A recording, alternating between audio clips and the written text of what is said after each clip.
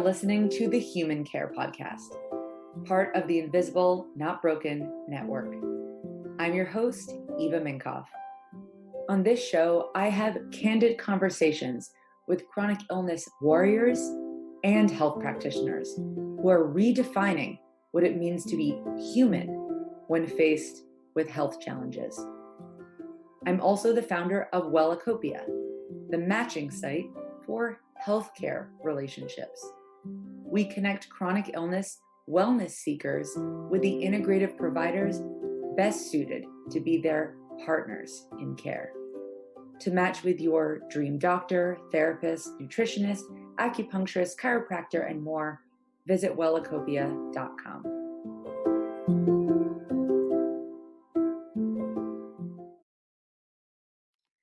Today's episode is part one of my conversation with my personal colleague and friend, Nicole Krinick. Together, we talk about how to connect with your body in order to heal. Nicole is the co-founder of Wana, a community app for people with chronic and invisible conditions that fosters hope, direction, and healing. She co-created the idea for Wana, which stands for We Are Not Alone, with her partner Evan, based on their own struggles finding the right support and the right education at the right time. Wana began with servicing complex chronic and invisible illnesses like Lyme, mold toxicity, and fibromyalgia, and now they cater to a wide audience ranging from mental health issues to allergies to gut issues, migraines, and so on. In part one of our conversation, we explore how Nicole's health nightmare turned into a reality due to toxic mold taking over her home, how the real work to healing began only after she examined her life from a 360-degree view, and how neuroplasticity brain retraining changed the healing game completely. I love talking to Nicole for so many reasons, one of which is because every other sentence is so raw yet quotable, she could write motivational messages for a living. I have no doubt you guys are going to love these episodes. Before we get started, a reminder that all conversations and health claims on this podcast are based on individual experiences and expertise. Everyone has their own personal and professional truths and should be treated as such. Okay, let's get started. Nicole, welcome. Thank you. Thank you so much, Eva. I am actually so excited to be with you and to be doing this podcast together today. Oh yeah, this is long overdue. I think we first talked about it in November and it's now May. Oh my God, how did that happen? I guess that is the healing journey, right? In its own timing. Oh yeah. And, pandemic in the interim. Yes, that little hiccup that we're all in the midst of. Yeah, just that little thing. No biggie or anything. Well, I've had the pleasure of knowing you for this long now, and it's remarkable that we only met actually once in person, but you've just been such a light in my life, even when you're not around. So I'm thrilled to have you on today. Most anticipated guest for a long time, I got to tell you.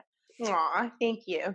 And I am I'm so excited, when something just feels like right, like the breath is deeper and the eyes are more open and I'm in that experience with you. So let's do this.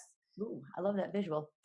Well, of course, I'd love for you to take us on your journey, really an ongoing journey from, you could say, sickness to wellness, and Wana, building your company, Wana.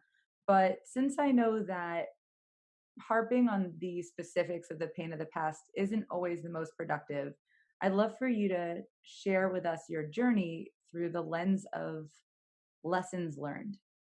Sure, absolutely. So just to briefly introduce myself, my name is Nicole Krinick. As Eva said, I am the co-founder of Wana, which stands for We Are Not Alone. Wana is an app, and it's a community platform for people with chronic health conditions. It could be anything as mainstream from migraines, gut issues, to mental health, to Lyme disease, mold sickness, and everything that comes along with more complex chronic illnesses, such as the ones I just mentioned and the ones that I myself have been on a journey with. So I'll take you a little bit back in time. I guess it would be natural to talk about going from wellness to sickness and then back to wellness. So back in 2016, I would say I was living my best life. I was my best self in retrospect. I would wake up every morning and begin my day with meditation, gratitude lists, journaling. I really found the ability to be present in life. I was leading a real estate team in New York, selling very high-end residential real estate, which afforded me the luxury of traveling the world, which was my greatest passion at the time. And my health journey really culminated, ironically, in one of those passionate moments, which was traveling through Thailand. I took a 3-week solo dreamy trip to Thailand, and I got back, and 4 days later, figuratively and almost literally, my life was turned upside down with a vertigo attack, which later got translated into Lyme disease, which then months later, I had a dream, literally a dream, and I'm happy to talk more about that later in the podcast, about mold. And I realized I was living in a home with toxic mold, and that I was suffering tremendously as a result of that. It's something that unfortunately many people live with. Many people can live healthily with until at some point, for example, a tick bites you and it throws your immune system upside down and unable to deal with the things that many other people deal with. I often think about that because you could take two people and have them have the same conditions. So, like you said, I don't harp on my conditions, but to name a few, Lyme disease, mold sickness, Epstein-Barr, EMF sensitivity, mycoplasma infection, parasites, and so on and so forth. To me, they're all, quote, diagnoses. And I say a quote because I think that when it's our time, what we need in life, the lessons, as you mentioned, come to visit us. And I believe that the body and the mind are deeply connected. And the body is a very sophisticated mechanism. It knows to protect oneself. It knows that if you're a hunter and gatherer and a bull is chasing you, run. The problem is that when the body is exposed to too much trauma, whether it be a tick bite, mold in the air, and or emotional trauma, it's usually a combination of all of it, the body goes into overdrive. It thinks a bull is chasing it, and it begins to overreact to these small triggers in huge ways, creating an inflammatory reaction, literal inflammation, and that can run amok in the body, which is why chronic illness is so complex. There's almost always an inflammatory component.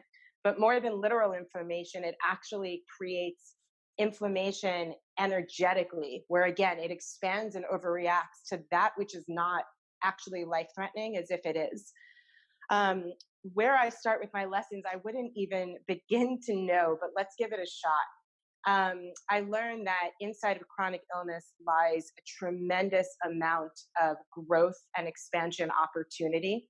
I think in any challenge in life, there's always the opportunity for surrender, the opportunity to dance with fear. But more often than not, when one's life goes particularly from great, average, normal, okay, to the throes of chronic illness, which almost impacts every area of life, it's not that easy to just go, all right, I'm ready, let's do this. In my experience, it's been a roller coaster of resistance, and what you resist persists. It's been a roller coaster of faith versus fear. And it's been a roller coaster of understanding that I could fly to Switzerland to see the top doctor in the world. I could go to somebody up in Connecticut who knows exactly how to get away with, do away with Lyme. But at the end of the day, there is a psychosocial, emotional component. And I'll just pause on the emotional aspect.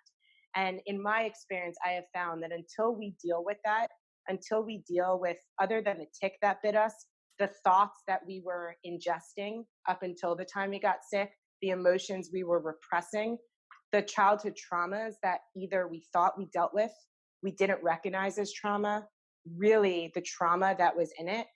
For me and for many others that I've found, and I've spoken to quite a few healers and therapists and people that specialize in this community, until the whole person is looked at like functional medicine does, until that scared little girl inside of you or scared little boy inside of you, or however you identify with what you are inside of you, until those deeper, more embedded cellular, emotional, psychological thoughts and entities are dealt with, it's a very hard puzzle to solve without those pieces. And I'm happy to elaborate more on it, but the greatest strides in my healing journey have been the hard work. And the hard work is not, I mean, don't get me wrong, none of it's easy, but it's not buying the filters and remediating your home and fogging it and taking 100 supplements a day and crying in bed in fetal position, praying to the God of your understanding to help you get well. It's looking at the things that you've managed to circumvent, looking at your entire life. And that, I believe, is when the work begins and the healing begins.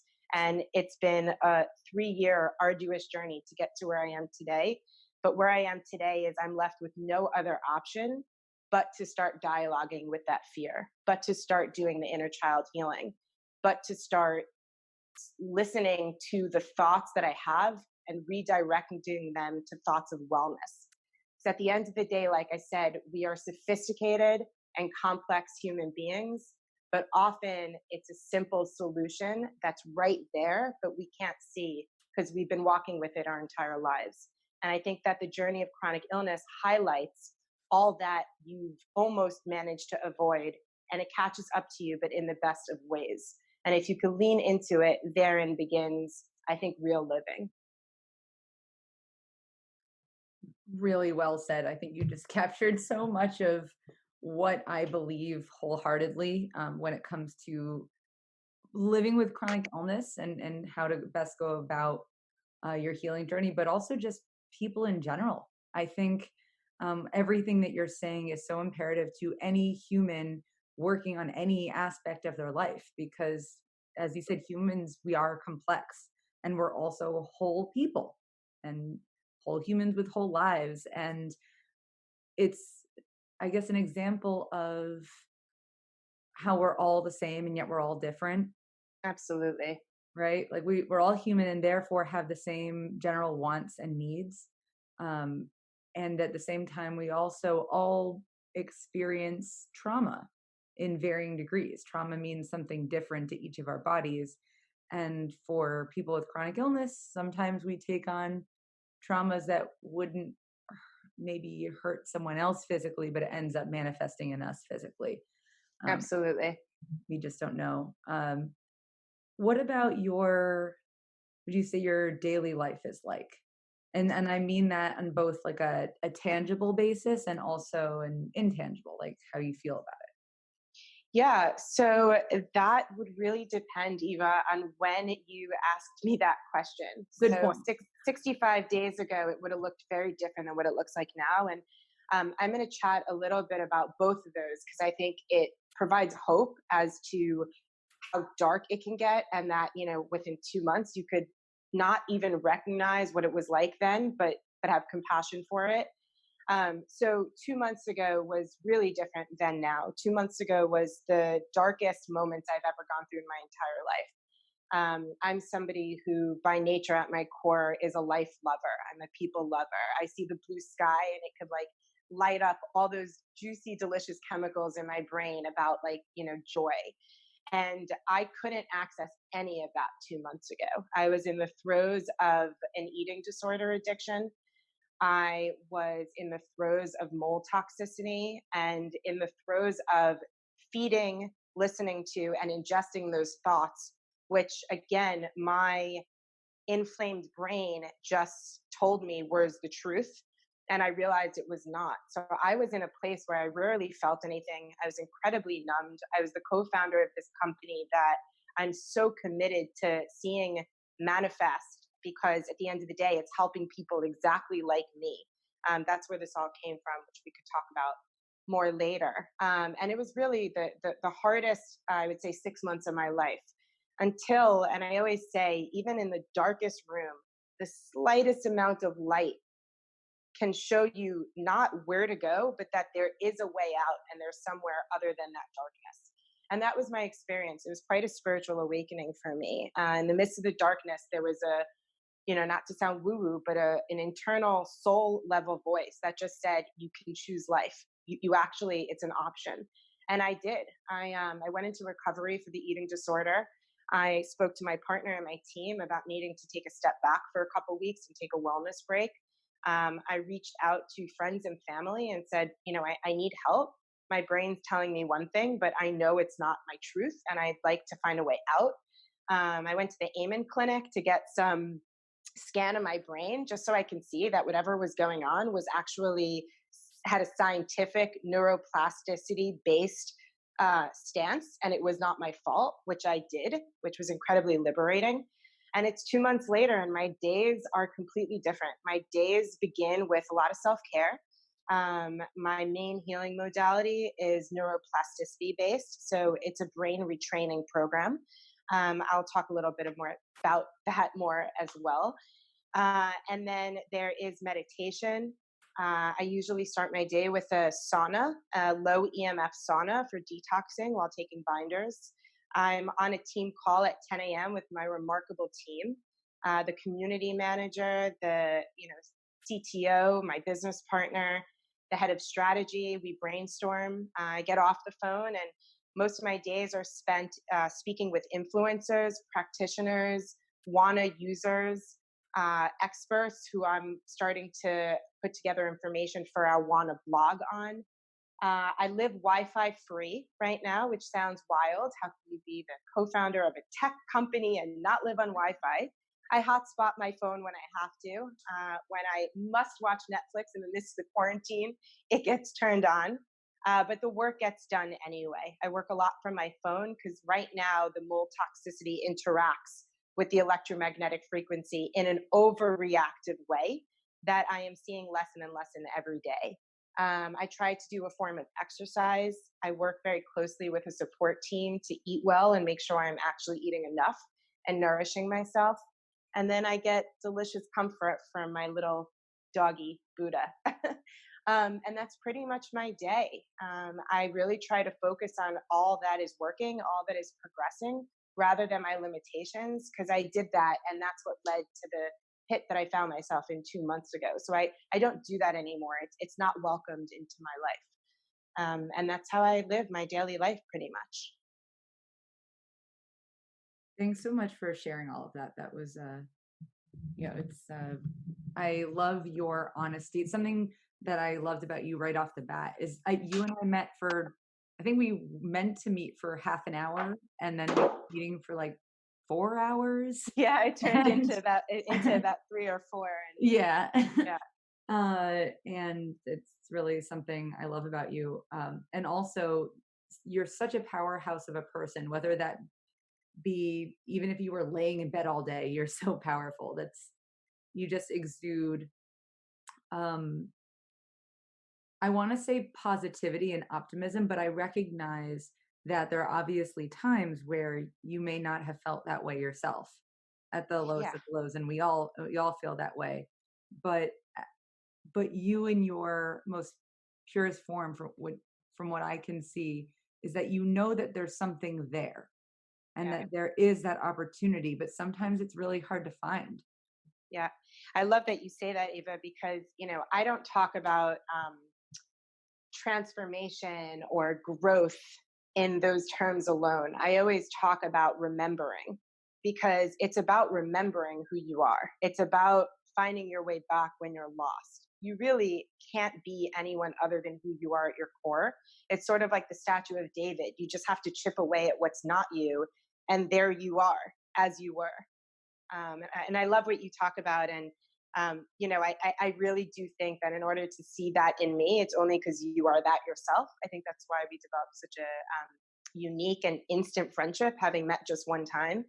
And the ego and the fear is always there. After you shared, you know, gratitude for me sharing my honesty, I was like, did you just actually talk about an eating disorder on a live podcast? Is that going to get edited? What just happened? And then I do what I always do, which is I let my soul go, yes, you did. And that's part of freeing yourself. That is part of the healing journey. And so what? You're not in it anymore, but it's a good reminder where you were, you know? It's so true. So true. I mean, I've definitely said some things on this podcast that I am like, that was a lot. I'm probably going to do that too today. But actually, speaking of which, I want to go back to a couple things you mentioned. Sure. Definitely neuroplasticity training, as well as I believe this is related, but they're different. Talking about your inner child healing. because I Yeah. really think that's fascinating, regardless of what people want to call it. There's a whole lot of validity to it. So yeah, what would you like to share there? Yeah, absolutely. So my journey began, as I said, or I didn't say, in early 2017, February of 2017. And by January of 2018, I was at a different low. It was my lowest of lows then because I hadn't hit 6 months ago yet. But it was a low because I was virtually allergic to life. So for all of the listeners that are dealing with complex chronic illness, I was sleeping in a temporary apartment on a non-toxic mattress on the floor. I had no Wi-Fi. I couldn't put on the heat in the winter or the AC in the summer because of my mold sensitivity. I couldn't go into most restaurants if there was wood because my body and my brain would just go crazy around wood. I literally became allergic to life. I'm the grandchild of 4 Holocaust survivors and felt like I was living my own Holocaust where I couldn't get away from the enemy because the enemy was everywhere and nowhere was safe. And as a basic Maslow hierarchy, everyone knows that a roof over your head for safety is the most basic of foundations. And it was hard for me to even find safety with any 4 walls and roof over my head. And I knew inside from having done a lot of personal and professional growth, training, and development courses that you are your own best healer. But I didn't know how to do it. I didn't know what to do. And by a couple fortuitous uh, incidences, I came across a program called Dynamic Neural Retraining System, DNRS. And it was specific for people with chemical sensitivities, which is a very unique thing, yet a prevalent thing within the complex chronic illness community. And I flew across the world to British Columbia, Canada, and did this brain retraining program. And the basis behind it is that when the body is exposed to a certain amount of trauma, the limbic system in the brain, which is the fight or flight center, turns on and it gets caught in a trauma loop. And every time you think about illness, you talk about illness, you focus on illness, which is why Eva knows that I usually don't. I'm doing this in the name of helping everyone out there because people help me and we need each other. It gets caught in this trauma loop, and everything we're doing that we think are helping ourselves, researching supplements, researching treatments, finding new doctors, which we absolutely have to do. But the extent to which we do it can actually hurt us. And so this particular methodology shows you how to interrupt, and it's through literal visualization, saying certain things, moving in a certain way, how to interrupt that trauma loop. Because the most brilliant part of neuroplasticity are that neurons that fire together wire together. So I'm sick, I'm sick, I'm sick, I'm sick. It's wiring and firing messages to your body that you're sick. But neurons that stop firing, stop wiring. So I'm sick, pause, stop, look at the blue sky, think about how joyful it is. You do that enough times, and I'm way oversimplifying it. The body cannot create disease in the midst of that type of positivity. And it's not just about positivity, it's way more complex. But it took me from borderline dysfunctional to living a flourishing life. My symptoms went from probably a 90% in intensity to a 30% in only 3 months. It's a 1 hour daily practice. And there are several neuroplasticity based practices. There's the dynamic neural retraining system, as I mentioned. There is the lightning process, which was created by Phil Parker, which I did about a year ago. It's very similar, but also different. And I recently learned about something by this incredible woman that I've had the luxury of becoming friends with, who herself suffered from Lyme and mold. She came across neuroplasticity based brain retraining programs and realized they were too labor intensive, and she wanted one that was less work but would optimize her health in the same way. And she met a woman who put together a methodology called neurosculpting and recently launched a website called Neuropraxis, where you listen to certain audio tapes. They range in time length from 5 minutes to 20. Some are for immune boosting, some are for an energy boost, a confidence boost, and every single word, hand gesture, tone, everything in the audio is doing the brain retraining for you. I've been doing it for a couple of days, and it's mind-blowing and phenomenal. And then there's a Gupta program, which I can't recall the name of it this minute, but it's the Gupta program. So, and there's Joe Dispenza, who's like the leader in neuroplasticity. So the brain is malleable. The brain is in charge of the body, and the brain actually tells the body what to do. And there's a way to stop, to even reverse your epigenetic expression through brain retraining. And I speak firsthand. That's what I've done the last 60 days, and I'm light years away from where I was. So that's about neuroplasticity. I'll pause. You could jump in on that exciting topic, and then I'm happy to tell you about inner child healing.